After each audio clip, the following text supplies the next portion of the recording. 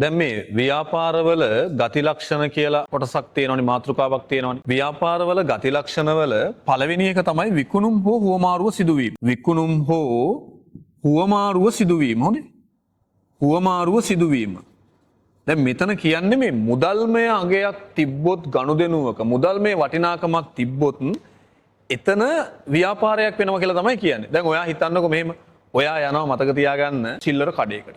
සිල්ලර කඩේකට ගිහිල්ලා ඔයා ඉල්ලනවා මොනවා හරි භාණ්ඩ ටිකක්. ඔයා සල්ලි දෙන්න ඕන නේද? ඒතකොට මතක තියාගන්න ඒක ව්‍යාපාරයක්. හැබැයි ඔයා හිතන්නකෝ ඔයාගේ ගෙදර අම්මා හදනවා කෑම එක. ඔන්න ලොකු බත් පිගානක් හදලා දෙනවා. අර සිරීපාදේ කන්දේ වගේ එන්න ලොකු බත් පිගානක් හදලා දෙනවා. එතකොට මොකද කරන්නේ? ඔයා මේ දැන් බත් පිගාන මොකද කරන්නේ? බත් පිගාන කනවා. කාලා සම්පූර්ණයෙන්ම කාලා දැන් බඩ උල් වෙනකන් කනවේ. කාලා ඉවර වුණාට පස්සේ අම්මා සල්ලි ලනවද ඔයාගේ? නෑ.